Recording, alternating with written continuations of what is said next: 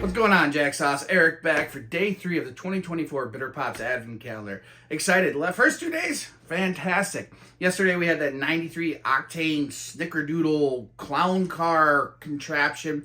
The 2 beers we've had, day 1 and day 2 have just been completely different. Day 1 starting with Lost Abbeys, of course, very first American Pale Ale. And then yesterday's craziness coming in a cream ale with all the snickerdoodle and the vanilla and the light sweetness and just that beautiful, just kind of dry finish. 0 IBU on yesterday's beer, by the way. 0 IBU. I was looking at the can some more because I just love that twisted metal video game look to the can. So let's see what day 3 has going on. All right. We've been fighting with the box so much. And we're fighting with it again. All right. We're just going to leave it over there. Stay. Day 3.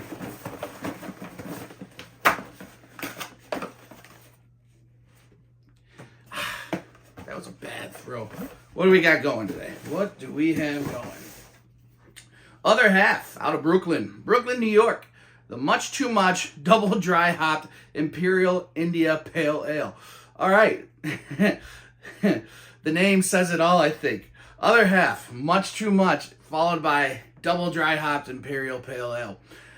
This could be my nightmare. We've talked about it before. We just talked about it on day 1. How I just don't like the palate killers. Now listen, Other Half, good brewery. They're out of Brooklyn, New York. They've only been around, I think, since like 2013 or 2014, but they've expanded. They have a bunch of tap rooms.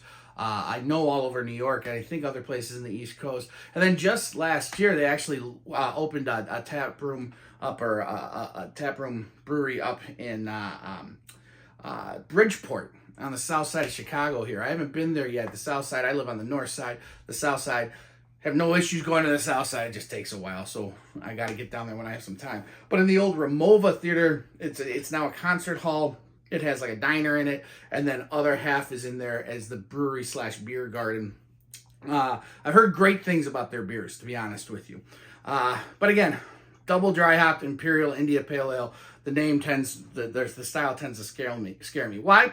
Well, basically, double dry hop just means exactly what you're hearing. When dry hop beer, adding fresh hops towards the end of fermentation, which is going to give you a ton more flavor, tons of aromatics on its own, without really bittering the beer too much.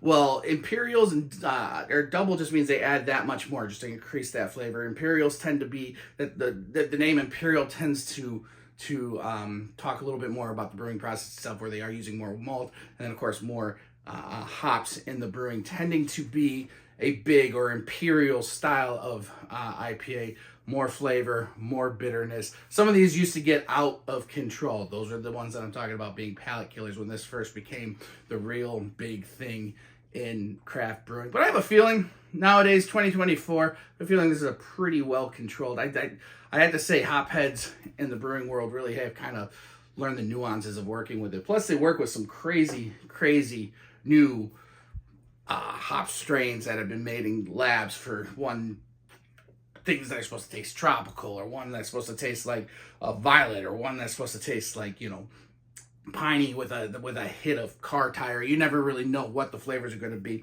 On the can itself, an Imperial IPA brewed with a hand-selected blend of hops, giving notes of sweet orange, mango, and berry. So like I said, the hops in this: Citra, Mosaic Classics, Mosaic being one of my probably favorites, Vic's Secret, which I know nothing about, which I have a feeling Vic's Secret is one of those lab-grown crazy ones. I'm going to have to look that up. Citra Cryo, Mosaic Cryo, and Citra Incognito.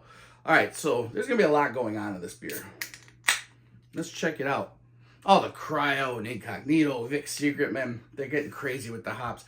Beer's definitely becoming it's always been a blend of art and science. It always has been. But the science is really kind of coming into it now, even more so. Back in the day when they were first figuring this out, it was more art than science. And then in some aspects, the science has overtaken the art. You'll never fully lose the art, I don't think. And again, I'm not a brewer. But I think these guys are leaning more towards science than art in some cases. I'm going to put my foot in my mouth, so I'm just going to stop. Not saying Other Half's doing that by any means. That's a beautiful color. Now that unfiltered, I gotta figure out where I'm putting my cans here. That unfiltered look, that hazy look. Wow, that is just, you can't see through that. Disappear right behind that glass. Some giant head, you can still see it, but beautiful color. Kind of has an orange hue to it. Almost a Hefeweizen type orange hue to it. On the nose, whew. Definitely hop prominent, but it's not overpowering, which is a great sign. Thank you, other half. Oh, beautiful spice notes. Black and white pepper. There's jalapeno. There's cilantro, even a little bit. Kind of cilantro and mint and kind of some other like green kind of herbaceousness. That's really pretty. The fruit is coming through a little more. Orange, definitely. There's definitely some tropical type pineapple.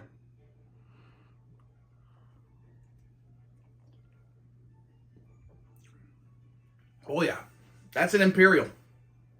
Oh, but that's really well controlled. Oh, that's a really cool beer. All right. Wow, it's like orange juice at the end. Holy cow. Usually on one of these heavily hopped beers, it's just hops on the finish, but this one's really unique.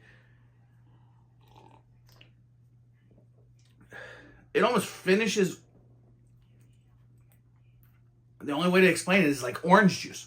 The hops kind of break away in this beautiful orange flavor. This like tart and sweet kind of orange flavor comes through. The hops almost uses an accelerant for the sweetness on the fruit that's in this beer. Not that they brew with fruit, but that's just coming from all of the hops. In this case, you know, the Citra and the Mosaic and the cryos and all that kind of stuff. All the lab grown things are really doing a good job here. So like I said, I didn't want to put my foot in my mouth. I wasn't saying it's a bad thing that so much science is used in beer and the creation of hop nowadays.